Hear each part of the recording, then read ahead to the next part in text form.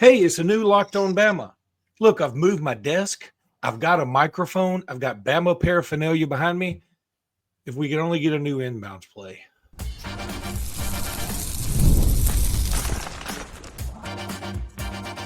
You are Locked On Bama, your daily podcast on the Alabama Crimson Tide. Part of the Locked On Podcast Network, your team every day. Hey, everybody, and welcome back into Locked On Bama, HSA Radio Network's Luke Robinson. That's me. Bama internet legend Jimmy Stein. That's him. I'm going to keep going with that till somebody gets a better idea. I'll come up with something.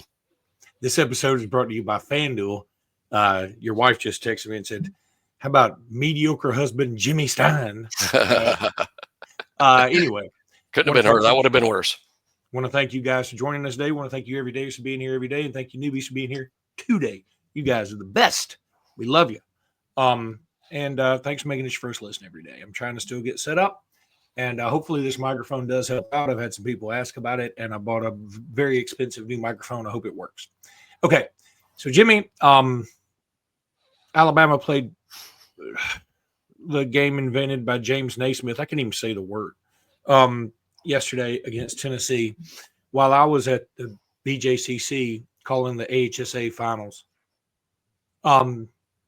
It's one of the toughest regular season losses I can remember for me. Now, I said this yesterday and I still mean it. The regular season, I mean, we've said this for years. Regular season just doesn't mean as much. Now, I'm not saying that to take anything away from Auburn's regular season championship. Kudos to them. They earned it. They were the best team in the best conference this year. There's no doubt about it. And the best team in the country right now. I say it in a way so that people know, okay, losing in the regular season, especially on the road to the number 6 team in the country, is not a death nail. Losing the way we did hurts as much as anything because we said, here's this game. We don't want it. You take it. And I don't know another way to say it. And I said last night on Twitter that I hope we learn some lessons, some very valuable lessons about how important free throws are, for instance, or, how we said you can't make dumb mistakes or boxing out. That's important. I hope Nate Oats learned some lessons about, hey, maybe we shouldn't have Jaron Stevenson trying to box out one of their best rebounders. Maybe we should work on an inbounds play that even though LeBaron Philon has been fantastic, he's still a true freshman. He shouldn't be throwing it in. If you want to say the referee had a quick 5-second count, okay. If you want to say they don't make that call anymore and they shouldn't, okay. And maybe we should have called a timeout. Again, Nate Oats, that's on him, and he owned it. But, boy, this one's tough pill to swallow, Jimmy. Yeah, I have a pretty radically different take than just about everyone, which isn't too surprising. I mean, first of all, I'm not surprised whatsoever that Alabama lost on the road to one of the best 5 teams in the country. I'm not surprised that Alabama lost at all. I don't know of too many teams at all outside of maybe Auburn and Duke right now that would just stroll into Knoxville and beat Tennessee. But Alabama did exactly that for 39 minutes. I think Alabama outplayed Tennessee in an incredibly tough environment against a great team. Alabama played extremely well for 39 minutes and put themselves in a position to win the game. The last minute was no doubt a complete collapse by the team and by Nate Oats on the sideline. I thought Nate didn't help his team as much as he could by failing to call timeouts. Particularly as it relates to the 5-second call. That should have been if it's not inbounded in the first 3 seconds, call a timeout because they're just sitting there. If somebody doesn't quickly and easily break free, call timeout. That should have been done. Maybe they told him. I don't know. I mean, it didn't happen. But regardless, the last minute was terrible. But see, we've talked about all year, Luke, about when you're a great team, and make no mistake, this Alabama team is great. This is a great team. When you have a great team, one of the problems you can have is you win every game by 15, and then you get to the NCAA tournament, and you're not used to playing in close games. I love that Alabama played in a close, tight game in a tough environment because it's going to make them better the next time it happens. So I took it as a positive that they had that experience. It's obviously a negative if they lost the game, but what are you really playing for at this point? A number 1 seed is what you're playing for. Auburn's going to win the regular season. They've earned it. They're the best team in the SEC in the regular season. They've earned that. I mean, just kudos to them, like you said, for that. So what is Alabama playing for? Number 1 seed, and they will get that with a win over Florida. A win over Florida, I believe, clinches the number 1 seed no matter what happens at Auburn in the SEC tournament. And they can still do that. And one more point I want to make is, as I've said this entire year, when you have a great team, and Alabama is great, this entire season will be defined by what happens in the NCAA tournament. The whole season. If you lose in the first round to Yale, if Alabama does something like that, that will be what we talk about for 9 months. Not this Tennessee game, not the Ole Miss loss, no other losses. It will be, how in the world did you lose as a 19-point favorite in the first round of the NCAA tournament when you have that team? If Alabama wins the national championship, gets to the Final Four and wins it, are we going to sit around going, yeah, but what happened in Knoxville sucked? No. This team will be 100% defined by what happens in the NCAA tournament, because Alabama is a great team. All the great teams, Auburn, Duke, Houston, they're going to be defined by what happens in the NCAA tournament and virtually nothing else.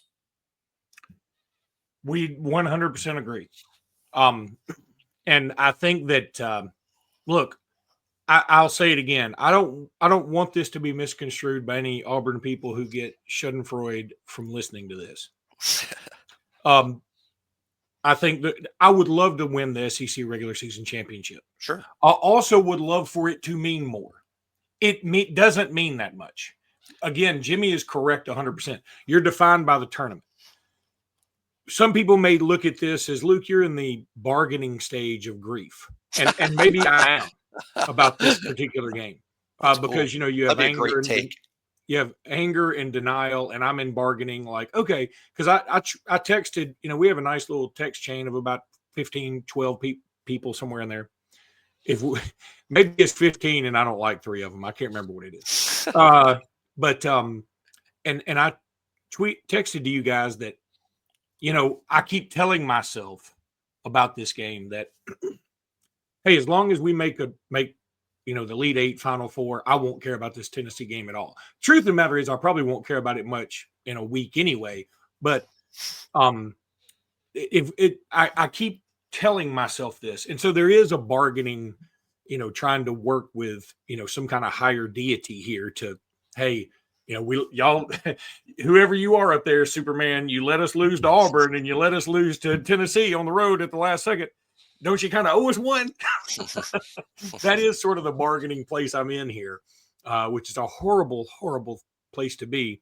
But I think that this team's going to be all right. I know right now everybody's PO'd and hurting and thinking, you know, I've seen some things about Nate Oats and he can't coach and he'll never get it and blah, blah, blah. People do need to remember the worst takes. The dumbest takes, just the dumbest. We wouldn't be in this. We were only in the position expecting to beat Tennessee on the road as a top 5 team because of Nate Oats. He's the reason everyone watched the game expecting to win or hoping to win.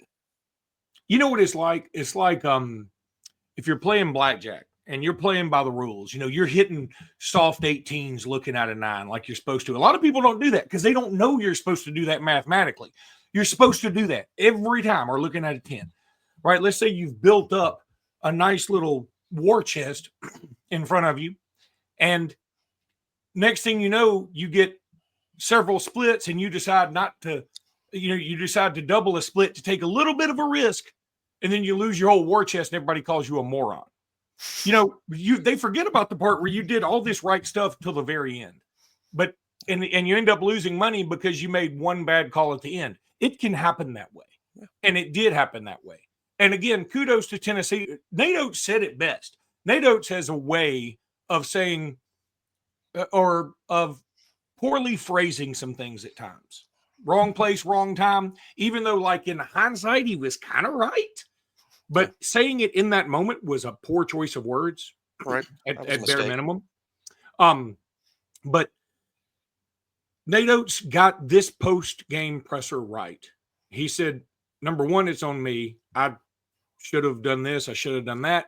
And then he also said, and at the same time, we need to give credit to Tennessee for hanging in there. We kept delivering haymakers, and they kept getting up. They forced the 5-second call and made the shot at the end. I mean, you got to give them credit for that. Jimmy, people forget we had the ball with 6-8 minutes left. Again, I'm watching this on a computer at the Legacy Arena because I'm calling another game. So I'm calling a game trying to watch this game. It's difficult. And so we had the ball with I'm going to say 8 minutes, and we're up 8, and we take a 3-pointer and miss it. If we hit that, we probably win. I mean, it's an 11-point lead. Tennessee, I don't think, has the shooters. And again, I'm blown away by the irony here. I've been saying all year long, Tennessee doesn't have the shooters. I still don't think they don't. But they had a guy make a 40-footer to beat us. Yeah. That's weird.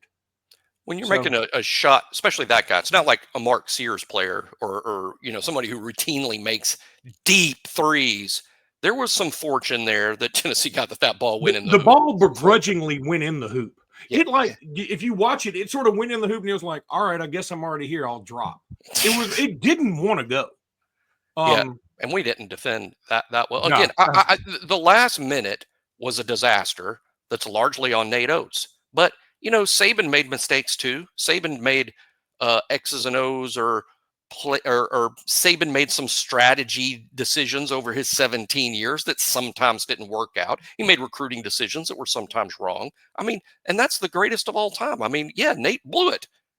But you just say, well, Nate, I'm sure you'll be better next time. There's nothing other to say other than thank you for being arguably the best coach in college basketball and coaching in Alabama. And because nothing that happened yesterday changed my mind about where Nate Oats sits in the hierarchy of college basketball. And he did blow it, but I'd rather blow it now than blow it in about 4 weeks. That's my take on that. And that's where we'll leave it. Let's talk a little bit about Roy. Listen, attention, Locked On Bama fans. The future of college sports is here, and it's transparent. Gone are the days of behind-the-scenes NIL deals. Now with the Roy app, you get to be a part of the change and support Locked On Bama athletes in the most straightforward way possible. Roy is the NIL app that puts the power in your hands. You choose the player, decide how much you want to contribute, and get exclusive content in return. And if your player transfers, you get your money back. It's completely risk-free. You can't beat that with a stick. Supporting your favorite player, never easier. You ever wanted to make your favorite athlete stay on the team? Now you can contribute to see the impact. For a limited time, Roy is matching up to $100 per Bama fan. That means your impact is doubled, helping to keep your favorite players right where they belong. Download the Roy, that's ROY app now from the App Store, and start backing Bama athletes the way they deserve with transparency, trust, and real impact. This is the future of college sports. Be a part of it today by downloading the Roy, that's ROY app, and supporting your favorite players, which are, of course, Bama players. I got a couple of favorite players that play on other teams. I think I do. Well, I kind of support the QB country quarterbacks. Yeah, I'll tell you what, back in the day, that's a good summertime topic. I love Barry Sanders. Who do you root for in other teams? Yeah, I like Arch. Now, a lot of Alabama fans don't because of the Ole Miss and Tennessee stuff, but through QB country, I mean, I don't know him personally, but I just know a lot of off-field Arch. So I think Arch is a great player, and frankly, I think I'm going to pick him to win the Heisman Trophy. By the way, God, you are such a bootlicker. Yeah, I know that's really going out on a limb. Well, I just know he's going to be. I know he's going to be great. And it wouldn't be. A lot of people, speaking of Arch, a lot of people say, oh, if it wasn't for his name, we wouldn't have really heard of him. Everyone with that name has been a Hall of Fame quarterback. And this guy is bigger, faster, stronger than all of them and has been trained by professionals since he was in kindergarten. And he's a driven, good kid on top of it. But regardless. I mean, and it is one of those names that forever is. I mean, see, like my name is Robinson. like there are a lot of Robinsons. Nobody's ever going to be like, oh, they get me more for Luke being, Star Wars or, Dukes of Hazzard or whatever. Okay. But if your name is Manning or Musk or Trump or Biden, I mean, like, or Jordan, if your name is Jordan, that Jordan took a pretty regular name and turned it into something that, like, I mean, if your last name is Jordan, people, I don't care if you are, a 5'2" Hispanic man. People are going to be like, are you related to Michael Jordan at all? Just like, and I'd say, yeah. I would say, yes, I am every time. In sports, we retire numbers. Maybe in life, we should retire names. Oh, my God. What a great idea. Could anybody really else be anybody out there also named Dolly Parton? You should change your name immediately. There's only one of her ever. So that's just the name that immediately came to mind, but there's others. What if there is somebody like a male dude and his name is Dolly Parton? It's D-A-L-I. Like, could happen. He should change it. He should change his name. There shouldn't be another Michael Jordan. Heck, there's an actor named Michael B, and he's got to go by Michael B. Jordan. I think he should have picked another name. I'll tell you what, I'm going to give you all the story real quick about the HSA that I've called for years. I had no experience going into this doing broadcasting at all, and I think that shows on several levels. But I do enjoy it. I did have David Beatty come up to me, a fan of the program, and tell me that he was listening to the Scottsboro broadcast, and Scottsboro guy apparently tell me he loved Locked On Bama and liked the broadcast. I appreciate his saying that. Congrats to Scottsboro for winning the state championship. But one of my first years doing HSA stuff, there was a team that had, and on the court at the same time were 4 dudes named Johnson. And I don't think any of them were related. I think there was 1 from one team and 3 from another. I don't remember the game, but I was doing the broadcast with a buddy of mine named Chris. And you're always looking for like something kind of cool to say in a broadcast. You're always looking for just, it doesn't have to be bang or whatever. It just, you want a good line, at least I do. And there was a scramble for the ball. And all 4 of those guys, like, were going after it at the same time. It was just weird. And by the time the scrum was done, the smallest of the guys comes out of there dribbling. And my line was totally accidental when I said, and the littlest Johnson comes up with the ball. and my broadcast partner looked at me, and I had no idea of what I had said could be interpreted. But anywho, so Jimmy, let's talk about other things that were disappointing. Barry McWhorter, you and I said, hey, he's going to commit tomorrow. Hey, can't wait for it. 100% Barry McWhorter to Bama. What does Barry McWhorter do? Commit to Michigan. He did. On Friday. First of all, I mean, there's a small handful of Alabama guys that saw the fact that he was a 3-star, which is like we talk all the time about how it's way too early to look at rankings meaning anything. But there's a handful like, oh, we don't want him. And then he picks Michigan, and it's like, what did y'all do to fumble this? First of all, kudos to Michigan. They beat us for the kid. He was, I think, a strong Alabama lean. His mind changed late. Michigan, as we pointed out on our show, is got a heck of a reputation for offensive linemen. They're coached by an offensive line guy in Sharon Moore. I think that might have been a factor as well. Alabama lost Ty Haywood, an offensive lineman, to Michigan in some ways in the last cycle. But so this is bad. But my speech about it is, no one's spinning it here. That was not good on Alabama's part to fail to sign a kid that grew up an Alabama fan that was a strong Alabama lean going into the last week of his recruitment that I think is a good player and will ultimately prove to be much more higher ranked than he is today. So that was bad. But you know what?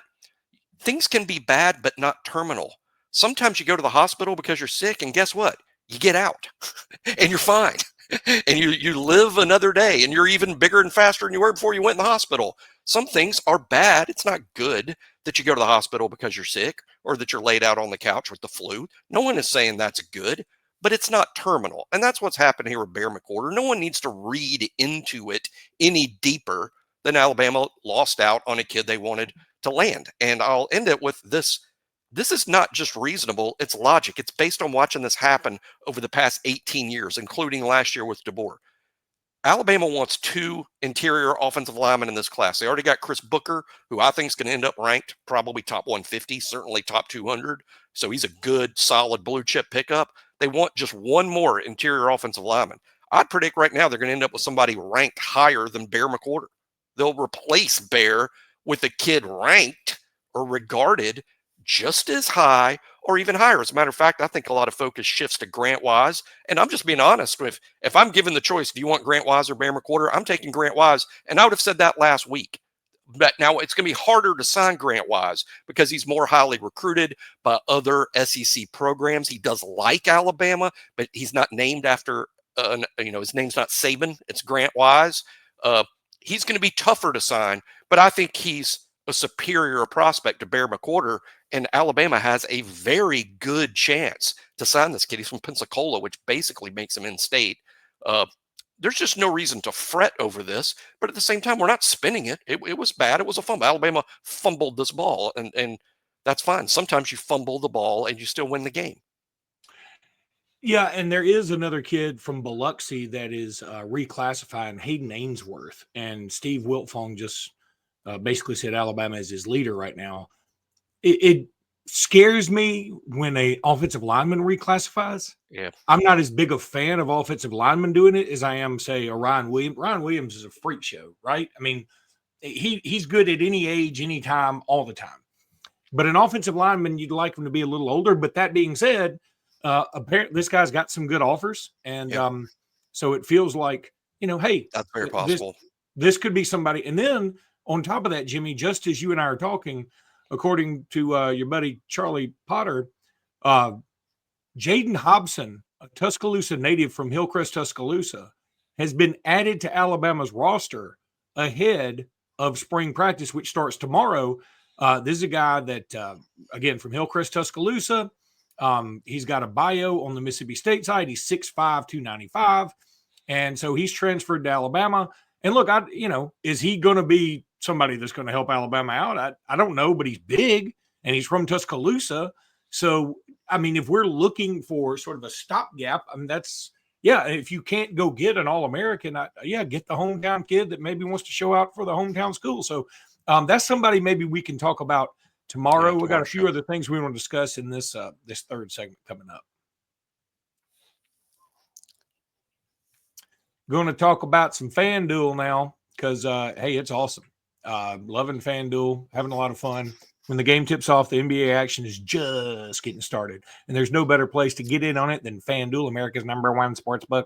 With FanDuel, you can place live bets throughout the game. So even if you miss the opening tip-off or want to bet on a fourth quarter comeback, you can stay in the action.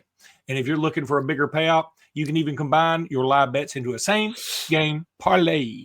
I love using FanDuel's live betting feature because it keeps every moment of the game exciting. I love it. Right now, new FanDuel customers can get $150 in bonus bets if your first $5 bet wins. Just visit FanDuel.com to join today. That's FanDuel.com for your shot at 150 smacks in bonus bets. Make every moment more with FanDuel, America's #1 sportsbook and official sportsbook partner of, tell them, Jimmy, the NBA. All right, so a few little miscellaneous things. First of all, we have neglected to talk about the baseball team, and we're not going to spend a lot of time on it because I don't like baseball. I like Alabama baseball, but I don't like any other baseball. And the baseball team's undefeated. They're playing North Dakota State. Okay, they're not a big deal, but they did beat NC State, who was ranked 12th last weekend, and they came back to beat an Ohio State team that is not. This Ohio State team is not good. There's no doubt about it. But Alabama was down 10-0. They came back and won. Now, they probably shouldn't have flipped off the entire Ohio State fan base afterward on Instagram, but they later apologized for it. That being said, they're undefeated. You got to give them some credit. The SEC still looks ridiculously good. I know Auburn defeated number 9 Oregon State last night. Again, the SEC, good in everything. It just means more, and we ain't screwing around. But here's one thing, and by the way, spring practice gets underway tomorrow, but there was an article that came up on CBS the 10 programs off to fast starts ahead of the 2025 season, the winners from, right before spring practice. And the thing that's interesting to me, Alabama's one of them. And the main reason Alabama's one of them is because of the addition of Ryan Grubb, which I love. And also some of the other additions like Isaiah Horton and Nakai Hill Green and Cameron Calhoun. Auburn is one of the winners. I can certainly see that. They did a great job in the transfer portal. Florida State is one of the winners. I can certainly see that. They did pretty well in the transfer portal. I totally forgot this. Florida State got Squirrel White and Deuce Robinson from USC. So, and they also got Boston College transfer Thomas Castellanos. Now, I remember that. I just forgot about the wide receivers. They got some dudes, man. And what's bothersome, we'll talk about that game all summer, but what's bothersome, I mean, Oklahoma and Vanderbilt kind of beat Alabama running the option, and then Florida State goes out and hires Gus Malzahn, who's his own read guy, and then they go sign Thomas Castellanos, who's his own read option quarterback. Boy, Alabama better figure out defending that option in the next 9 months. No doubt about it. And then you keep going on the list. LSU is one of the winners. They did lose Bryce Underwood to Michigan, but they got Nick Anderson from Oklahoma, who's great. They got Patrick Payton from Florida State, who's great. They got Barry and Brown from Kentucky, who's great. So what I'm saying is, and then they also have South Carolina. Of course, Lenora Sellers staying, Dylan Stewart staying. Alabama's got to play 4 of the other teams. Alabama's one of the teams, so it's just 9 teams left on the winners from ahead of spring practice. And now Alabama's got to play 4 of them. I lined up just this morning that you bring this up, and I didn't know you were bringing this up on the show. Just this morning, I was kind of planning a tweet or arranging things in my head, Luke. I think the 10th, Alabama plays 12 games, right? The 10th game in terms of how I would rank the toughest games, the 10th one is Vanderbilt at home. We lost to them last year. Yeah. They have a chance to finish 7-5. It's not crazy to suggest that with Diego Pavia, this Vanderbilt team could finish 7-5 and play in a bowl. They're the 10th team I would line up from like 1 to 12.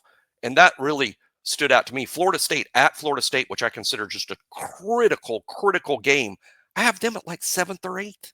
It's the 7th or 8th toughest game on the schedule. And that game, I'm telling you, anybody out there that thinks Florida State just finished 2-10, they're terrible.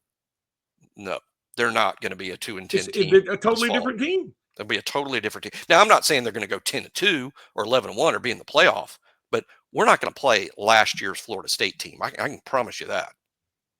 Yeah, it's the schedule next year looks more and more ridiculous. In fact, I definitely think Florida State, even though Wisconsin's been better, or at least was a lot better last year, I think Florida State's definitely a tougher game than Wisconsin. I would rank at Florida State tougher than playing Wisconsin at home, and I did this morning when I did it rudimentary. And we'll do it a lot as the spring and summer comes. But no, it's a crazy tough schedule. Josh Pate also on the Josh Pate show says that I think he's getting this from Bill Connolly. Of the 12 toughest schedules next year in college football, 11 of them are SEC teams. I believe it. Yep. Yeah, it is crazy. I totally believe it. I did take some solace in something. There was one of the Locked On Bulldogs, I guess think it's Locked On Bulldogs instead of Locked On Georgia. People get it mixed up. The people think it's Locked On Alabama, Locked On Crimson. It's Locked On Bama, and I think it's Locked On Bulldogs, even though there are a lot of Bulldogs out there. We didn't pick the name either. We didn't pick the name, but we like it. It's worked for us. So he said there in a text chain for all the Locked On hosts that we have, he mentioned there was somebody else that said, yeah, Alabama's schedule, they're not going to Georgia and beating them, et cetera, et cetera. And one of the hosts who's on there said, hey, I'm a Georgia guy, and I ain't picking Georgia to beat Bama until we do it. Now they did it the national championship game. Granted, kudos again, no doubt about it. But there are a lot of extenuating circumstances there. And considering the way Alabama has beaten them these last couple of times, I think he's got a point. So while everybody in the world is going to chalk that up as an L for Alabama, let's remember Georgia's breaking in a new offense. They're breaking in a new quarterback. It's the toughest game. I don't wave the white flag on it by any means. Sure. I think Alabama's got a good team. They can beat definitely anyone. The toughest game. I believe Alabama can beat anyone in the country. I also think they could lose to a few half teams the on country. to a few teams on that schedule. Yeah. It was particularly these 5 road games, which are just brutal. But boy, bad timing, because I do think this is sort of a prove it year for Kalen DeBoer, and he's going to have to prove it against that schedule. Yep. All right. That's going to do it for today's podcast. Thank you guys for tuning in. Appreciate you so much. We'll be back tomorrow with more. Until then, roll tide, everybody. Roll Tide.